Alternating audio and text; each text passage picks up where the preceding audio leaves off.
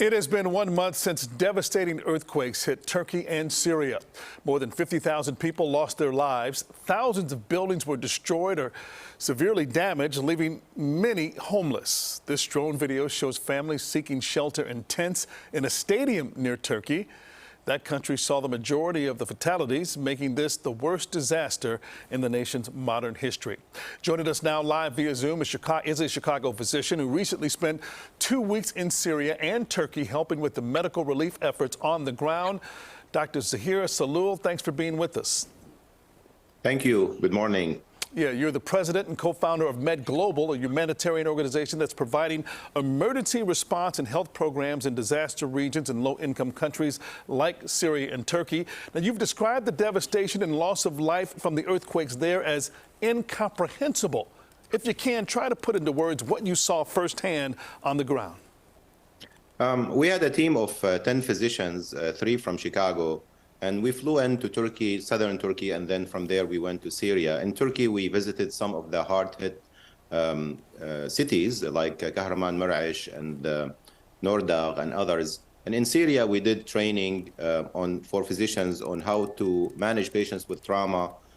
We had orthopedic surgeons and neurosurgeons who performed surgeries. We had a team of 3 psychiatrists from Texas who did training on re-traumatization, because this area in Syria, northwest Syria, has been a place for war for the past 12 years. So people were traumatized from the war, from the barrel bombing, from chemical weapons not long time ago, from COVID pandemic, from a cholera outbreak, and now you have this earthquake, which is the worst in the last 200 years.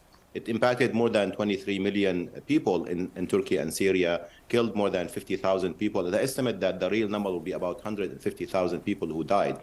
So we've seen a lot of trauma, physical and mental, and our team was able to help as much as we can, but the needs are huge, and there's need for more attention to this area in the world, especially in Syria, that doesn't have the resources and also the access that Turkey, which is a powerful country, has. And Dr. Sahloul, let's follow up about Syria. So many concerns of a looming public health crisis because of the ongoing civil war there and the quake worsening an already fragile infrastructure. They were already in dire straits in that area. How concerned are you about that moving forward? Exactly. I think you hit it on the nail. So what's happening here in Syria, that you have a war for 12 years. You have low access to the area. It's an open air prison that has 4.2 million people. Half of them are displaced from other parts of Syria. There's only 3 border crossings from Turkey that you can access to this area.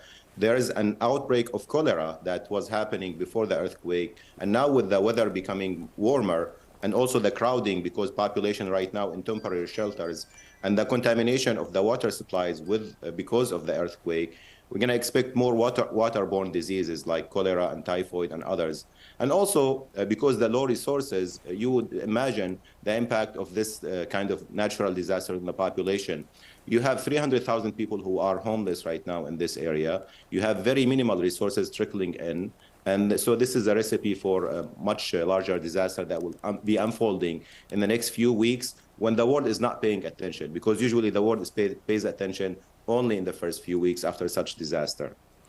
You and your team, nearly a dozen physicians who made the trip over there for 2 weeks, you mentioned so many things you had to address. It's just a laundry list, if you will. Do you plan to go back anytime soon, or what are your next steps to address the need in Turkey and Syria? We have a team on the ground in both southern Turkey and Syria. We have 2 hospitals in northwest Syria that have been treating the victims from the first hours. We had surgeons there. We had mobile clinics. Some of our physicians helped in the mobile clinic itself. And I did also my share. It's an experience that you cannot imagine. I'm a physician here at Christ Hospital and St. Anthony's Hospital, where we have abundance of resources. Over there, sometimes oral antibiotics or multivitamins or IV fluid are not there. So it's, dealing with very limited resources. We would love to go back as physicians from the US, and we are planning to go, especially if we get coordination with the Turkish authorities, because the only way to get there is through the border crossing. So we need the assistance from the Turkish authorities. We have a long list of physicians, local and from the US, who wanted to go and help. and we would love to go there every couple of months to provide assistance and training. Our model is to build resilience in the local communities through training and through donations of medical supplies, and that's what we're aiming for. Dr. Zaher Sahloul, president and co-founder of Med Global, thanks so much for all that you and your colleagues are doing, not only in Turkey and Syria, but around the world in times of crisis, and thanks for being with us today. Thank you.